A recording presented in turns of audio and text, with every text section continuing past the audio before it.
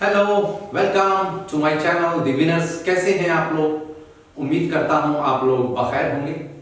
मैं आपका दोस्त सैयद राशिद अली फिर एक मर्तबा एक नए टॉपिक के साथ आपकी खिदमत में हाजिर हूं।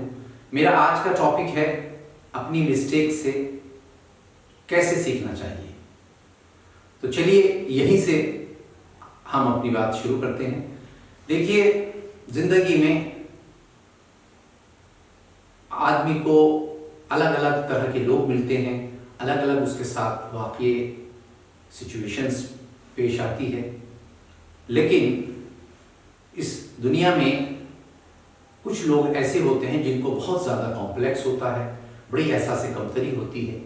वो कभी भी अपनी मिस्टेक नहीं मानते। ज़िंदगी में कुछ भी उनके साथ हो जाए, कितनी भी बड़ी चीज़ उनके साथ पेश आ जाए, कितना ही बड़ा हादसा हो जाए, जबकि ये जो चीज़ें होती हैं आदमी की अपनी गलतियों से होती है, वो ऐसे कुछ ब्लंडर करता है जिसकी वजह से ये चीज़ें पेश आती हैं। लेकिन कुछ लोग ऐसे होते हैं कि वो कभी एहसास ही नहीं करते कि ये तमाम तर चीज़ें जो पेश आ रही हैं ये मेरी अपनी करनियों का फल है। तो मैं उन लोगों को ख़ास तौर से एड्रेस कर रहा हूँ।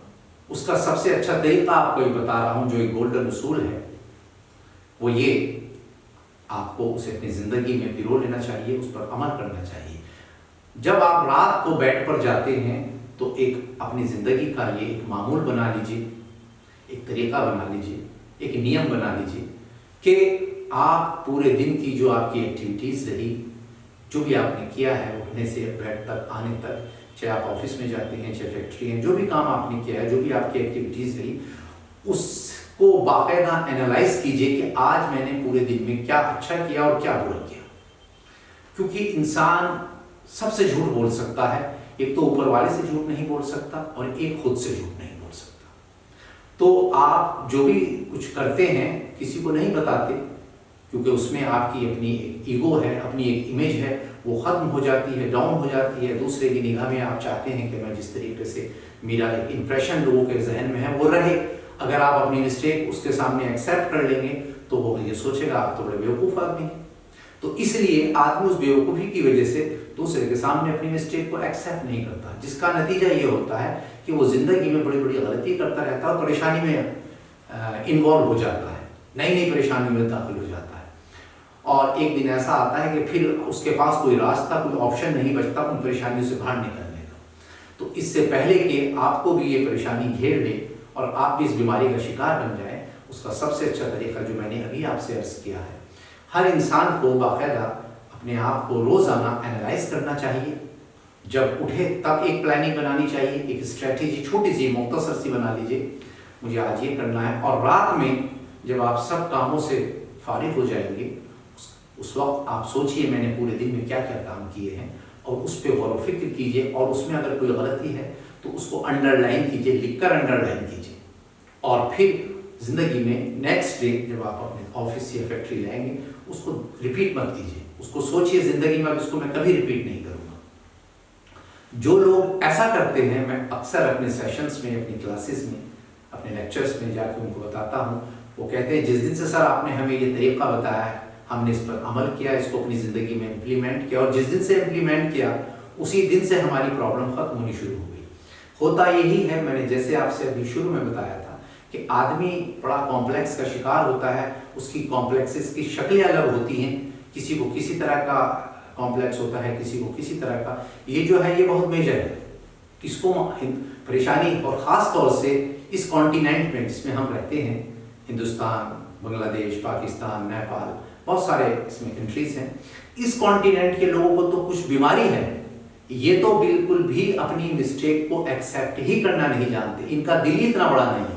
ये सोचते हैं कि अगर हमने अपनी गलती को अपने छोटों के सामने या अपने बड़ों के सामने कबूल कर लिया तो हमारी तो तमाम तर जो हमने 10 या 20 साल से अपनी इमेज बना रखी है वो ख़त्म हो जाएगी। लेकिन ये नहीं सोचते उस इमेज के चक्कर में कितनी परेशानियों को दावत दे रहे हैं, कितनी और दिक्कतें खड़ी हो रही है, रोज़ पर रोज़ खड़ी हो रही है।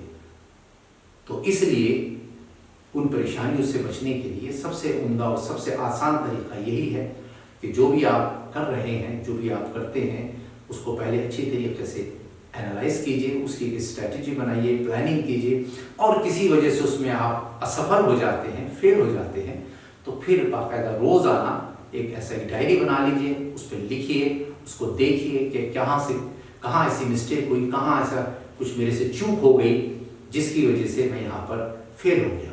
जिस दिन आपने ये काम करना शुरू कर दिया, मैं समझता हूँ चाहे आप फिर कोई छोटा प्रोजेक्ट शुरू करते हैं या बड़ा, या अपनी ज़िंदगी के आप फैसले लेते हैं, अपने बच्चों के, अपनी ज़िंदगी से मुताल्लिक, अपने बच्चों से मुताल्लिक, कभी फेल नहीं हो। यहाँ परेशानी दो होती है, एक तो ऐसे लोग किसी से मशवरा नहीं करते, और मशवरे के बाद दूसरा जब वो गलती कर देते हैं, उस गलती को किसी के साथ एक्सेप्ट नहीं करते, शेयर नहीं करते, यहाँ तक कि अपने भी बच्चों से भी नहीं करते, क्योंकि उनकी निगाह में भी उनकी इमेज, अगर कोई टीचर है तो टीचर वाली घर में भी रहती है, प्रिंसिपल है तो प्रिंसिपल वाली, प्रोफेसर है तो प्रोफेसर वाली, वो उस कॉम्प्लेक्स से, वो शैल से बाहर नहीं आता, पूरी जिंदगी उसी में जीता है। मुझे ताज्जुब होता है ऐसे लोगों को देख के, बोर नहीं होते, किस तरह से जिंदगी गुजार लेते हैं। मैं एक प्रिंसिपल से मिला, वो मुझसे कहने लगे आप तो बहुत सादी जिंदगी जीते हैं, और हम तो जिस इमेज के साथ स्कूल में आते हैं, वो सीनियर सेकेंडरी स्कूल है, उसके प्रिंसिपल हैं, कहने लगे हमारी तो इमेज वही घर में है, हम बच्चों से भी फ्री नहीं होते, बीवी से भी फ्री नहीं होते, बस वही ज़िंदगी चल रही है पिछले 20-22 साल से। मैंने कहा आप उससे सेटिस्फाइड हैं, आपको मज़ा आ रहा है, ज़िंदगी में मज़ा आ रहा है? नहीं, मज़ा भी नहीं आ रहा और फिर भी उसे छोड़ नहीं रहे। तो क्योंकि वजह क्या है कि वो इमेज उनके दिमाग में बैठ गई है, उनकी साइकोलॉजी में वो चीज़ समा गई है, अब वो ख़त्म करने की कोशिश ही नहीं करते, निकालने की कोशिश नहीं करते। तो इसलिए मैं आप तमाम तर लोगों से ये दरख्वास्त करूँगा कि अगर कोई आदमी इस बीमारी और इस परेशानी का शिकार है, तो अपनी मिस्टेक से सीखने की कोशिश कीजिए और एनालाइज कीजिए कहाँ पर मिस्टेक हो रही है। तो चलिए बस आज इतना ही, मैं फिर अपने किसी दूसरे वीडियो में आपसे मुलाकात करूँगा। और आखिर में, अगर आपने मेरा चैनल अभी तक सब्सक्राइब नहीं किया है और लाइक का बटन नहीं दबाया है, तो प्लीज़ ये ज़रूर कर दीजिएगा। बहुत बहुत शुक्रिया, थैंक यू वेरी मच।